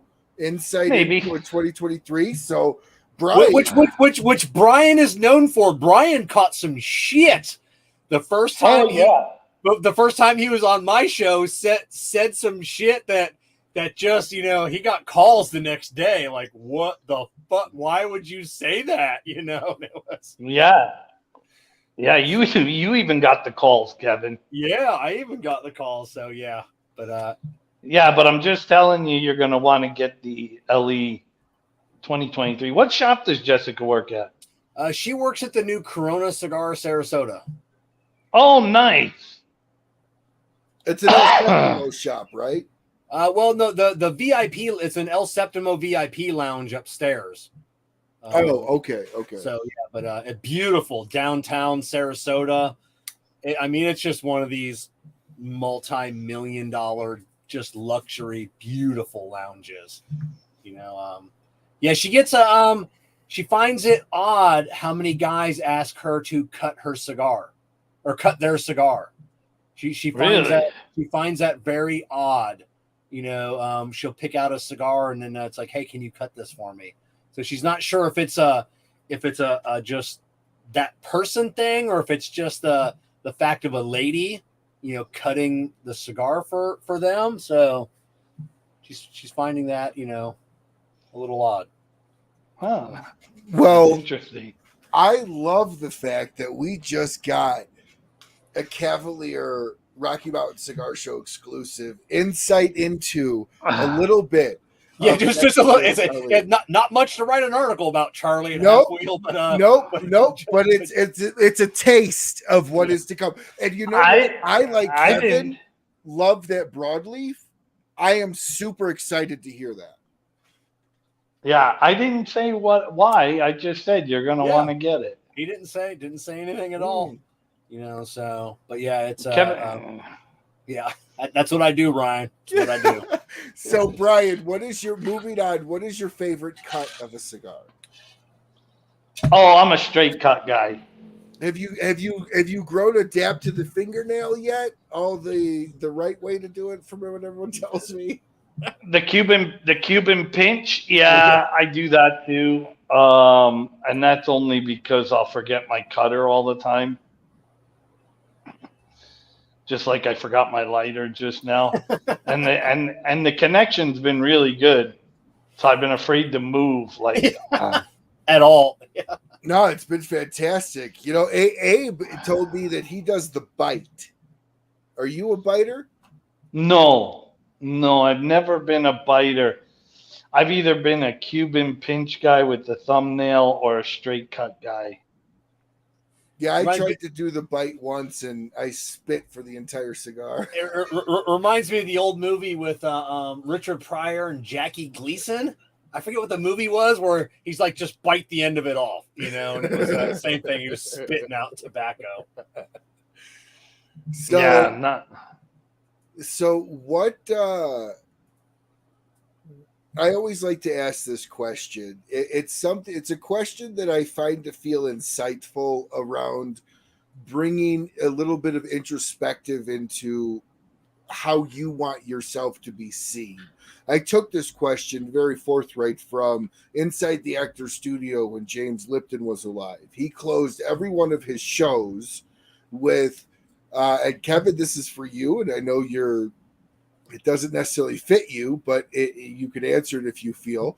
When you meet whatever creator you think exists, what would you like to hear, Brian? It's so funny that my buddy from Palestine just called me while you asked that question. I'm going to say that there's 40 virgins waiting for me. There's no wrong answer, so that is so funny. That is really, hey, like I said, there's absolutely no wrong answer. I just want to be told I did a great job. What about you, Kev? If there was a creator, and I would want to know, did I do good? What was my time on the earth worth the effort that it took into making sure that I was here? And that's valid. That's why I like this question, because it forces people to kind of think how they would like to be seen. Last question of the night, Brian. By the way, yeah. I used to end a lot of sales meetings back in the day with, if you had to write your sales career eulogy, what would it say? So it's kind of along the same lines, right? Like, what would it say? So that's really interesting. I love that question. Yeah. And so last question to close the night.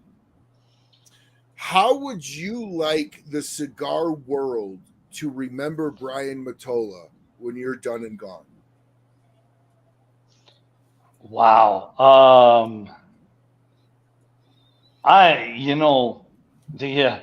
Being over 50, you think about your own mortality more than you do before you're 50. That I came, I had a good time, and I left it a little bit better than I found it. That's what everybody should hope for. And Kevin, I've never asked you that question. As I know we hate this term as an influence or whatever the fuck that means, but Kevin, how would you like the cigar industry to remember you? As a disruptor? And not in a bad way. Like I want to know that I changed. I changed, and I really do think that in a certain way that I've changed how cigar influencing goes, how cigar media goes. I want to be known as a disruptor that made people think hey it's maybe what the thing I've been doing for 20 years could be done better. But yeah, I want to be known as a disruptor, good or bad, a disruptor. I like it. Absolutely. And Kevin, I don't think anybody would think of you as not the disruptor right now. I definitely for sure on that. So, well, Brian, thank you so much for coming on. Kevin, what an excellent surprise. Always love having you on. And really quick, Kevin, are you able to come to our event? I don't think I'm going to be able to come because this lounge is kicking my ass, but I think Jessica might still be able to make it out there. Awesome. The lounge is it's horribly over budget. We're trying to secure funds to finish this damn thing, and it's tough. Hey, Brian might be able to help you out with some Cavalier chairs. That's the two. I need two. I just want to throw it out there to anybody. I do need 2 lounge chairs. So, do you? What do you do in that easy chair? Yeah, we want to get a couple of lounge chairs just so when we're doing interviews, we're a little bit more. And then when we have people over, they have somewhere to sit into. or sit in. Yeah. So, but yeah, that's Yeah. two of a couple dozen things that we're still lacking. But yeah, it's Now, never well, hit me up. Hit me up, Kevin. Maybe we can make that happen for you. Awesome. Look at that. I am building people together. Yes. Awesome. I am closing deals left and right on the show. Fantastic. So again, thank you so much for coming on, Brian. I stick around for the after show here for a quick sec. I'm so happy the internet has been absolutely flawless for the last hour. This has been fantastic. I apologize. No. So don't move. And everybody, he's getting Starlink next month. So this won't be a problem. And by the way, Brian's cell phone number is in the description below. He loves 3 a.m. phone calls. Yeah, He's really used to them. Love them. So, Kevin, as always, thank you so much, brother, for jumping in and joining the show as an amazing guest, friend, and being just part of this. Thank you very much. And to everybody watching, thank you so much for watching here in the Smokin' Studio at the Rocky Mountain Cigar Show. And to all of our sponsors, thank you so much for making this show happen. And until we see you all again, smoke what you like, smoke as often as you can, and have an absolutely fantastic rest of your week. Bye, everyone.